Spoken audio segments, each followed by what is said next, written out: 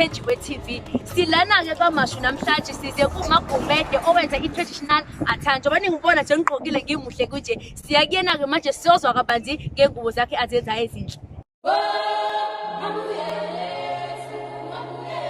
Igama nguXolani uNgcanezwa kwaGumede, ngisebenzela khona la ekhaya kodwa ngokuzalwa ngaseMtuba. So ngafika la eThekwini vele ngizokwenza i-performing arts kodwa ngokuhamba kwesikhathi-ke ngoba ngizazi ukuthi ngine-talent lokwenza umsebenzi wezandla, ngase ngilokhu ngenza nje kancane ngigqokela kona kwa-performing arts. Abantu bakuthanda, ngase ngibona sokuyikhona ukungisiza kakhulu kunokunye, ngase ngigxila kona. Magumede, sacela ukubuza njengoba nje wenza nje izinto zesintu ezinhle kanje, yini eyak-inspirisha ukuthi ugcine wazi ukwenza lezi zinto ezikanje? Into engisiza kakhulu ukuzalelwa emakhaya. Emakhaya uzalwa nje ukuba ufica benza izinto, mhlambe makuthiwa kunemicimbi abayi esitolo ukuthi bonithengele izinto enizogqoka kulo mcimbi, bathatha okukhona benakhele, mhlambe ihuli bexube nobuhlalo benakhele igege, ukhule nawe-ke suwazi ukuthi hayibo uma ufuna ukwenza into yokugqoka eyokuvunula uthatha ubuhlalo uhlanganise kanjena kube sekuphuma-ke nje into enhle. Ngafunda kanjalo, asikho isikole ngayo kuso ukufundela ukwenza lo msebenzi wezandla. Hayi, umsebenzi wamama muhle ngempela. Manje njengoba nje ngibona kugcwele izinto zesiZulu kakhulu, uthungela bezulu kuphela noma uyakwazi ukuthungela nakwezinye izizwe mhlawumbe abesuthu kanje? Ngabe ngikhuluma iphutha, okwamanje ezinye izizwe angakazenzeli ngenxa yokuthi i-demand ngathini, ngiye ngibuka ukuthi ikuphi okudingakala kakhulu. Okwamanje okudingakalayo lokho sikusebenzisa nje kakhulu la eKZN, kodwa uma engaqhamuka umsuthu ethi nansi into yami engikhombisa isithombe eyenziwe ngobuhlalo ngicela ungenzela, ngingayibheka bese ngizama ukumenzela. Nakanjalo futhi mhlambe umXhosa ethi ngicela ungenzele nabo ubuhlalo bami, ngingakubheka futhi nakho ngimenzela. Hayi, umsebenzi wakho mama muhle kakhulu. Umuntu ofuna ukuthenga udayisela la ohlala khona njengoba sila kaMashu, noma uyakwazi ukudayisela nomuntu ole kude? Wenza kanjani ukuze ukwazi ukudayisela umuntu ongekho eduze nawe? Ngidayisela wonke umuntu oyiyo umhlaba jikelele. Lokho ngikwenza ukuthi phela isikhathi samanje sokulula ukuxhumana. Umuntu uma ekude siyamposela then kuyofinyelela kuyena. Ngisho noma ngabe ukuyiphi indawo, ngisho abaphesheya bayakwazi ukuthi bethenge la kumina, sikwazi ukuthi sibaposele. Abakwamanye ama-province futhi nabo siyakwazi ukuthi sibaposele kufinyelele kubona. Njengoba nje izinto zesintu thina kakhulukazi asiyigqoki njengey'ngubo nje zokugqoka ngaso sonke isikhathi, awulimali yini njengokuthi nje thina sijwayele ukuthenga kakhulu mase kuSeptember sazi ukuthi i-heritage? Awulimali ukuthi amasenti ayawangeni noma ayangena, kwenzakalani? Yiziphi nje ingqinamba ohlangabezana nazo nje?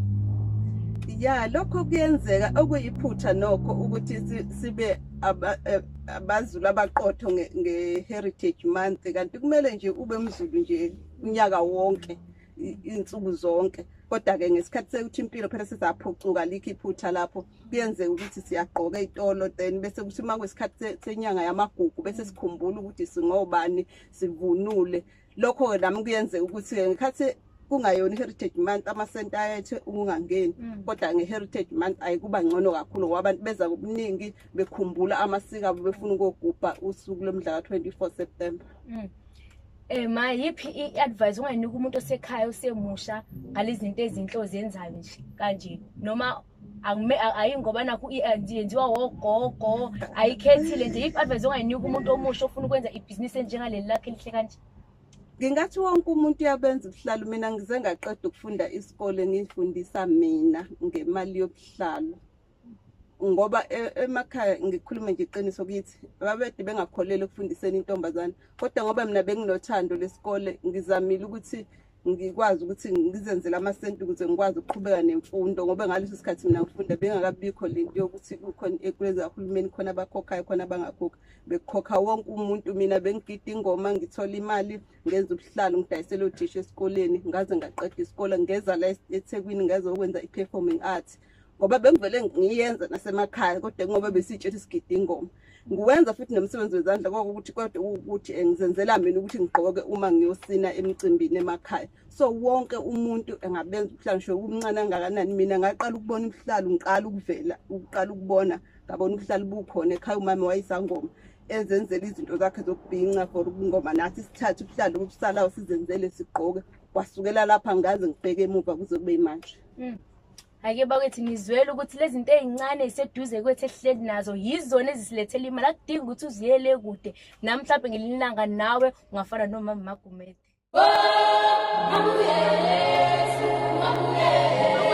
Mina ngigqokile nje angazi nanokuthi liste ngigqokile zibizwa ngani kodwa ngoba ngime eduze kwamama Magumede yena ozongitshela ukuthi lokho ngigqoke ekhanda ukuze kufike enyaweni yini kubizwa ngani. Sacela ungitshela ma lokho yini kubizwa ngani. Lokhu okugqoka ekhanda kubizwa ngombhinqo. Vele kugqokwa ekhanda kodwa kuye kube khona nomunye umginqo ofakwa emqaleni kodwa lo nje ufakile wakhele ukuthi kube wasekhanda.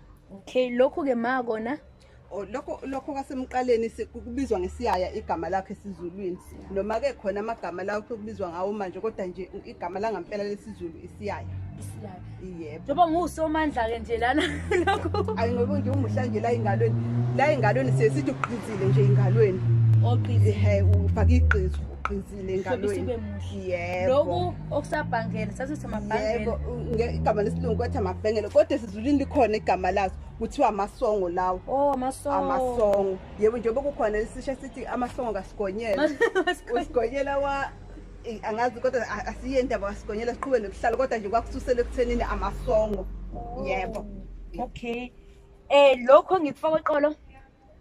Lokho okufaka eqolo kusho ukuthi ubuhlalo nje bokuhloba esiswini njengentombi ngoba ukuba umama ngabe sithi isibhambo sifakwa omama. Umama mayifake into la esiswini kuye kuthiwe leso isibhambo. So nje wena ngoba uyintombi ke nje uyifakele nje la ukhala uhlobelile nje ngobuhlalo basokhala. Hayi sesila. La emadolweni kuyafana naseyingalweni nakhona uqizile nje umuhle uqizile nje ithweni uqizile wazoya ufaka ezansi imfece laphana wafaka imbadada kodwa konke lokhu sikubiza ngeyiqiso. Hayi mama muhle impela umsebenzi wakho manje malo msebenzi lona okwenza ama traditional attire kuphoqelekile ukuthi uziwenze umuntu wesimame noma nowesilisa ngakwenza nombani nje okwazi ukwenza ngenza. Noma ubani okwazi ukwenza engenza kudala kwakungathi umsebenzi wabantu besifazane ngoba abantu besifazane babehlala ekhaya bewenza nje benzele intombi benzele izingane bezenzele bona bomama mabezoya emcimbini. Manje sekuyibhizinisi konke kumuntu ebhizinisini uyangena umuntu wesilisa umuntu wesifazane uyangena ebhizinisini ngoba sisebenza imali manje asagcini nje ukwenza isiko sesiphila ngakho. Yes. Hayi bakuthi nje wena ngibona ngimuhle nje nginje ma sacela usitshele ukuthi utholakala phi mekukhona umuntu ofuna ukuba muhle njengami nje. Ngisebenzela khona la ekhaya i-address la ekhaya ithi D412 uBombo Road kwaMashu bese kuthi ke kwi-cellphone ngitholakala 079 24 19 053 ngiyatholakala ku WhatsApp ngiyatholakala ku Facebook. Hayi bakwethu ke nizizwele ufuna ukuba muhle njengami kusothintana nomanje obe seshilo nje.